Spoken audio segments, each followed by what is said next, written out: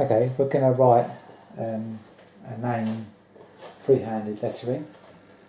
So I've got my rolled out orange fondant, and the name that we need to write is Toby. So I'm going to try and do this in a sort of bubble type writing.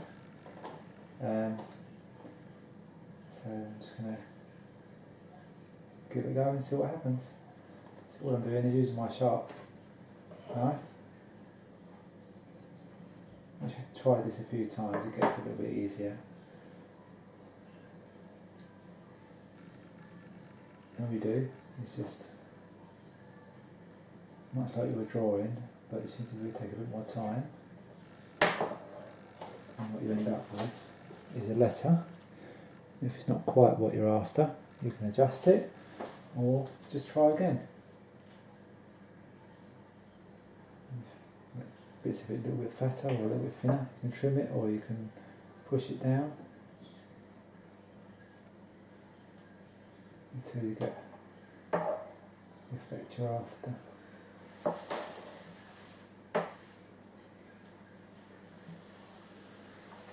I'll go with that for a minute and see what happens next. Obviously you want to try and get all the letters the same size. So one's an O. Cut around the outside bit first.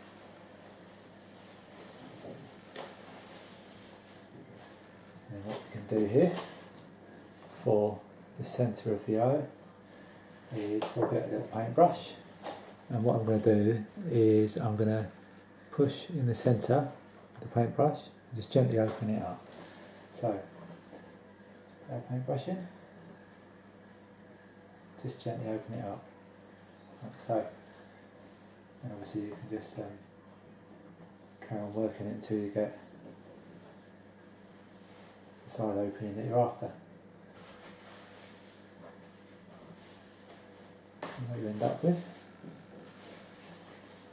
is your O like so. And I'm just going to push the paintbrush through and just work it a little bit more so that we're all the way through. It's the O. Now we can do the B. Depends on the style of lettering. Some are a little bit harder than others. This one's quite an easy style of lettering to do. Trying to freehand lettering that needs to be a bit straighter, for example, isn't too easy. So this takes a bit of practice. That B didn't come out quite right, so I'm just going to try it again. Just work your knife around. Just take your time, there's no need to rush. You don't want it too thin because otherwise it'll be very floppy and won't look good. So again, with my end of my paintbrush, I'm just going to work a little hole in the middle and work it all the way through. And once I'm happy with that, it looks okay. It might be a little bit big like this one is. What we'll do is we'll just shorten it down a little bit. Try and keep that rounded effect. Don't try and take too much away at once because otherwise you'll end up starting again. So that looks okay. And the last letter is our Y. So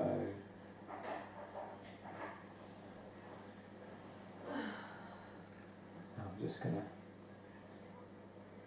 work it round like so until I've got the Y that I'm after. Let's see how that looks in a second. Okay, I'm just going to gently push down to extend this a little bit. So I've got the rounded edge that I'm after.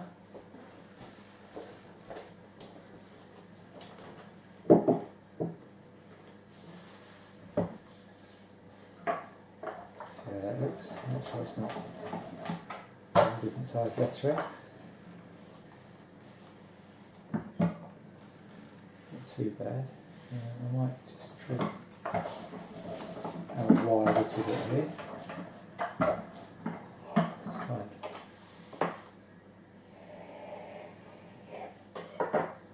get this looking how I want it to.